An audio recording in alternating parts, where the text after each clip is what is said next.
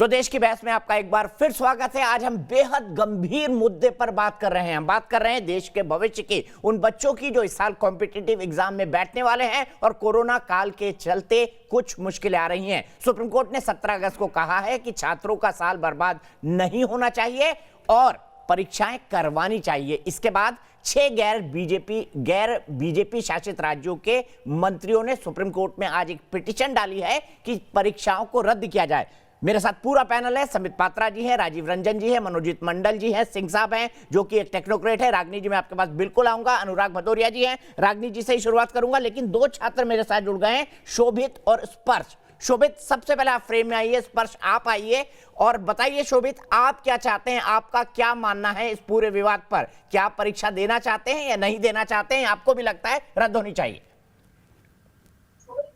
Sir, मैं चाहता हूं कि परीक्षा होनी चाहिए, क्योंकि जिन बच्चों ने ड्रॉप लिया है ऑलरेडी 1 साल या 2 साल, उनका वो अफोर्ड नहीं कर सकते और भी ज्यादा ईयर वेस्ट करना। ठीक है, और गवर्नमेंट ने कहा है कि वो प्रिकॉशन ले रहे हैं, तो मेरे ख्याल से होनी चाहिए। स्पर्श, आपका क्या मानना है?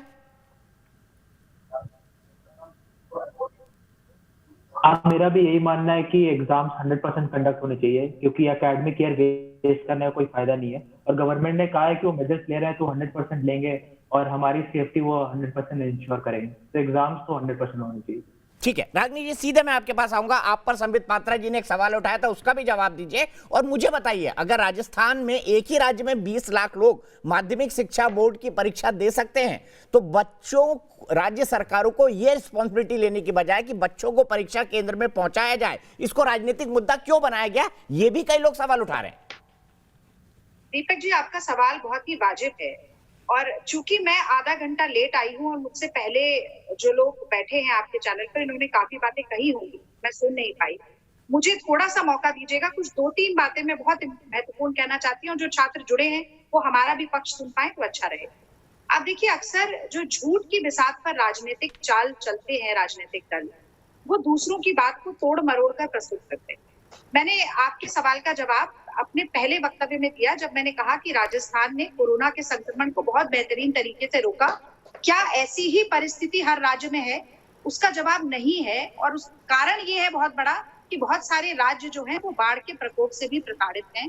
बहुत सारे राज्य जो हैं उनका अगर आप देखें तो स्कूल्स का इंफ्रास्ट्रक्चर जो है, सुरक्षा का इंतजाम है, वो पुख्ता नहीं होगा। उसका भी मैं आपको उदाहरण दे सकती हूँ। कर्नाटक उसका उदाहरण है, जहाँ भारतीय जनता पार्टी की ही सरकार, किसी का पहले नाम नहीं लिया पर अब नाम लेके बता रही हूँ, वहां पर SSLC की परीक्षा हुई। 1000 स्टूडेंट्स बैठे थे केवल, उसमें से 32 स्टूडेंट्स को कोरोना पॉजिटिव पाया गया एग्जाम देने के बाद। अब उन सारे स्टूडेंट्स को ढूंढकर ट्रेस करके क्वारंटीन किया जा रहा है। ये समस्या आ सकती है सामने, ऐसी हमारी आशंका है, बहुत सारे स्टूडेंट्स की भी आशंका है। अब संबित जी से मैं एक सवाल जरूर पूछना चाहती हूँ कि जब हमारे देश के मजदूर और श्रमिक घर वापस लौटना चाहते थे, पैदल चल रहे थे, तो कांग्रेस पार्टी को और अलग और लोगों को बसें मुहैया नहीं कराने दी, ये कहकर कि इतनी तादाद में मूवमेंट होगी तो कोरोना का संक्रमण बढ़ जाएगा। अब आप 50 लाख स्टूडेंट्स और उनके पेरेंट्स मूवमेंट करेंगे, पर आप चाहते हैं कि वो कोरोना का संक्रमण बढ़े और आपकी इस दरिया में वो स्टूडेंट्स कूद जाए। ऑक्सफोर्ड और कैम्ब्रिज जैसी जो यूनिवर्सिटीज हैं, उन्होंने अपना समर एग्जाम कैंसिल किया, ऑनलाइन असेसमेंट की। हमारे देश में ही जो इंस्टीट्यूट ऑफ चार्टर्ड अकाउंटेंट्स हैं, उन्होंने अपनी कॉम्पिटिटिव एग्जाम को, जो चार्टर्ड अकाउंटेंसी का एग्जाम होता है, जुलाई से शिफ्ट करके नवंबर में किया, ताकि हालात और बदल जाएं। अब आप देखिए अगले 2 महीने 3 महीने में क्या हो सकता है। जो बाढ़ ग्रसित प्रदेश है उनमें स्थिति बेहतर हो सकती है। जैसे दिल्ली चिंतन कर रही है कि हम अपना मेट्रो खोल दें, वैसे पब्लिक ट्रांसपोर्ट चल सकते हैं। कोरोना के संक्रमण में जो अभी भी तेजी आ रही है, आशा ये है कि मोदी सरकार कुछ और बेहतर करके दिखाए तो ये संक्रमण कम हो जाए। या तो ये कह दें आज संबित पात्रा जी कि स्थिति कोरोना की बद से बदतर ही होगी और मोदी सरकार उसमें कोई बदलाव नहीं ला सकती, इसीलिए आज हो एग्जाम या कल हो एग्जाम या 6 महीने बाद हो, परिस्थिति वही रहने वाली है। तो ये बात आज बोल दें संबित पात्रा जी तो मान जाएंगे। संबित जी मैं आपके पास 1 मिनट में आऊंगा। राजीव भाई 1 घंटे से इंतजार कर रहे हैं, अनफेयर होगा उनके साथ। राजीव रंजन जी क्या कहेंगे रागनी की बात पर आप? देखिए, एक बात तो बिल्कुल साफ है, ये पूरी तरह से सियासत का मसला है। स्टूडेंट्स भी चाहते हैं कि समय पर एग्जाम्स हो और SOP को अगर वायलेट किया जाता है, SOP का पालन होने में अगर कहीं कोई कठिनाई हो, तो मैं नहीं समझता हूं कि आपकी पारखी नजरों से डिस्ट्रिक्ट मैजिस्ट्रेट बच पाएंगे। आपसे मतलब हमारा हिंदुस्तान की जागरूक मीडिया से, और सुप्रीम कोर्ट ने ये फैसला देने के पहले तमाम पहलुओं पर विचार किया, और उसके बाद अब जब सुप्रीम कोर्ट में एक बार फिर 6 अपोजिशन रूल्ड स्टेट्स के मिनिस्टर्स गए हैं, देखिए ये भी दिलचस्प है, 6 गैर एनडीए शासित राज्यों के ही मंत्रियों को छात्रों की चिंता है, ऐसा एहसास कराया जा रहा है। देखिए ये छात्रों को उकसाने के बजाय उन्हें मानसिक रूप से तैयार करना और अपने अपने राज्य में जो आधारभूत संरचना है और एसओपी को बेहतर तरीके से कैसे पालन करा करके छात्रों को सुरक्षित एग्जामिनेशन सेंटर्स तक पहुंचाया जाए, ठीक है, इसके बजाय केवल सियासत हो रही है। और इनके जो भी रिप्रेजेंटेटिव्स हैं, जो भी पैनल में आप अनुराग भदौरिया को सुन लीजिए, कांग्रेस की स्पोक्स पर्सन को रागिनी नायक जी को सुन लीजिए, अनावश्यक सवालों के जरिए छात्रों के मन में भी भय बिठाने की कोशिश। ठीक है, संबित पात्रा जी पूछते हैं कि राजस्थान में एग्जाम्स हो सकते हैं, तो फिर उसके बाद उनके पास कोई जवाब नहीं है, फिर दूसरी तरफ लेकर के चले जाएंगे। मैं नहीं कह रहा हूँ ये बात। ठीक है, संबित पात्रा जी एग्जाम्स हो सकते हैं तो देश में होने चाहिए। मेरे से एक दर्शक ने ट्वीट करके बोला है कि क्या राज्य सरकारों को सुप्रीम कोर्ट आने की बजाय छात्रों को सॉल्यूशन नहीं देने चाहिए थे? संबित पात्रा जी, इस पर मैं मनोजी जी का कमेंट लूंगा, लेकिन पहले संबित पात्रा जी।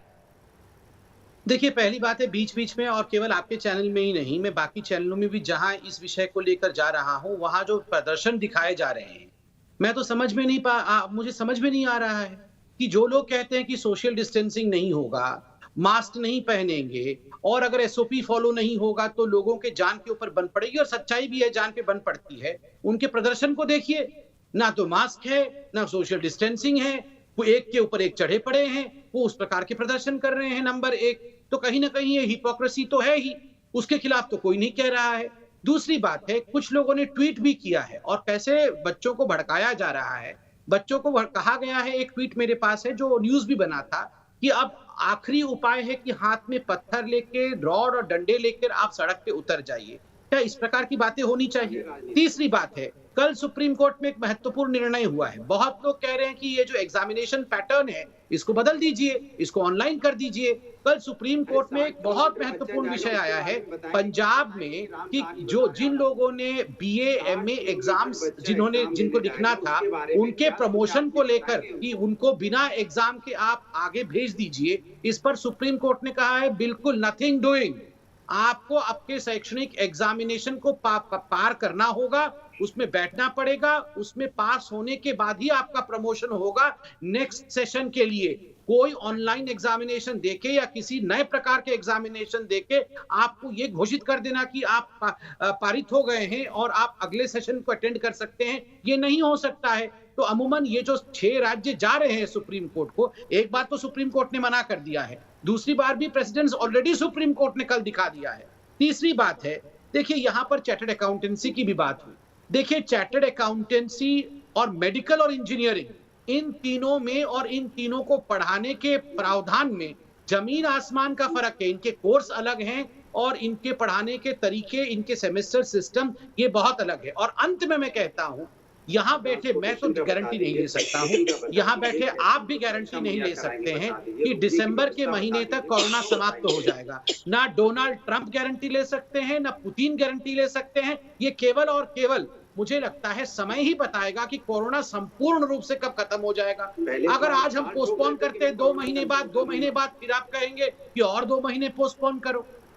दीपक जी, क्या मैं बोल सकती हूँ? ठीक है रागिनी जी, बहुत संक्षेप में, क्योंकि मैं मनोजीत मंडल जी का एक क्विक कमेंट लेना चाहता हूं, फिर आपके पास आता हूं। मनोजीत जी, क्विकली बता दीजिए कि संबित जी की बात को आप कैसे करेंगे? राज्यों को क्या सॉल्यूशन नहीं देने चाहिए थे सुप्रीम कोर्ट जाने के बजाय?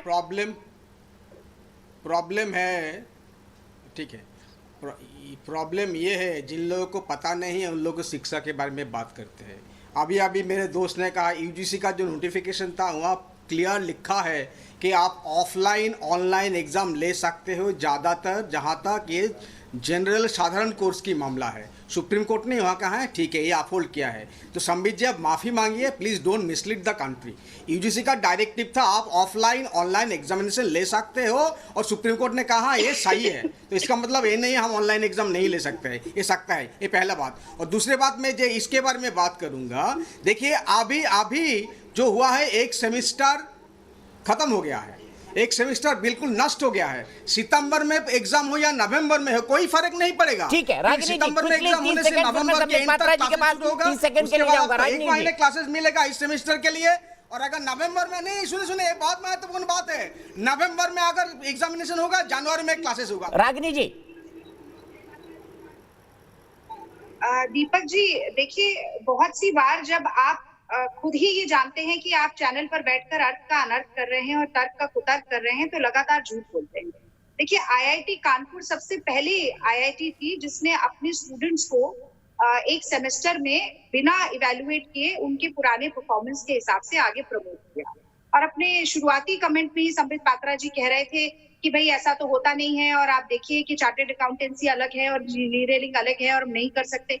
आप नहीं कर सकते क्योंकि आप करना नहीं चाहते हैं, क्योंकि आपको अपनी अंगूठा टेक अधिनायकवादी राजनीति करनी है। लोकतंत्र में संवाद और सहयोग पर आप रागिनी जी संबित जी का जवाब। संबित जी सिर्फ 3 सेकंड। 87% लोग बोल रहे हैं इस मुद्दे पर राजनीति हो रही है। 87%, 13% बोलते हैं कि नहीं हो रही है। संबित जी कंक्लूड करना मुझे 30 सेकंड। देखिए, एक प्रवक्ता ने कहा जो शिक्षा के बारे में नहीं जानते हैं वो इस विषय में क्या बताएंगे। दूसरे ने कहा कि अंगूठा टेक लोग इस पे बात ना करें। सुप्रीम कोर्ट को अशिक्षित कहना और सुप्रीम कोर्ट के जजेस को अंगूठा टेक कहना, मुझे लगता है ये किसी भी पार्टी के प्रवक्ता को शोभा नहीं देता। सुप्रीम कोर्ट के जजेस ना तो अंगूठा टेक है, और ऐसा नहीं है कि उनके बच्चे नहीं पढ़ते हैं और वो खुद शिक्षा के माध्यम से नहीं गुजरे। वो पढ़े लिखे लोग हैं, ड्यू डिलिजेंस के बाद उन्होंने जजमेंट दिया है, तो इसलिए सुप्रीम कोर्ट के जज को अंगूठा टेक कहना, मुझे लगता है ये कांग्रेस के प्रवक्ता को बिल्कुल भी शोभा नहीं देता। और मनोजीत मंडल जी ने जिस प्रकार कहा कि जो लोग शिक्षा के बारे में कुछ नहीं जानते वो शिक्षा के बारे में जजमेंट दे रहे हैं, सुप्रीम कोर्ट पे इस प्रकार की टिप्पणी करना उचित नहीं। ठीक है, मैं यही कंक्लूड करता हूं। मैं सभी से रिक्वेस्ट करता हूं कि कृपया छात्रों के लिए, छात्रों को सॉल्यूशन दीजिए। अगर सुप्रीम कोर्ट कह रहा है और सरकार भी कह रही है, तो मुझे लगता है कि हमें छात्रों की काउंसलिंग भी करने की जरूरत है। और एक छात्र ने कहा कि मेरे लिए दूरी समस्या है, जान है तो जहान है। लेकिन दूसरा छात्र ये भी कह रहा है कि भाई मैं परीक्षा देना चाहता हूं, मैं ऑलरेडी 1 साल का ड्रॉप ले चुका हूं। तो बच्चों, समझदारी के साथ फैसला करो। अभिभावक, आप भी समझदारी के साथ फैसला करो। मुझे लगता है आप अपने हित में बेहतर फैसला लेंगे। इसके पीछे की राजनीति में न जाए। फिलहाल एक ब्रेक।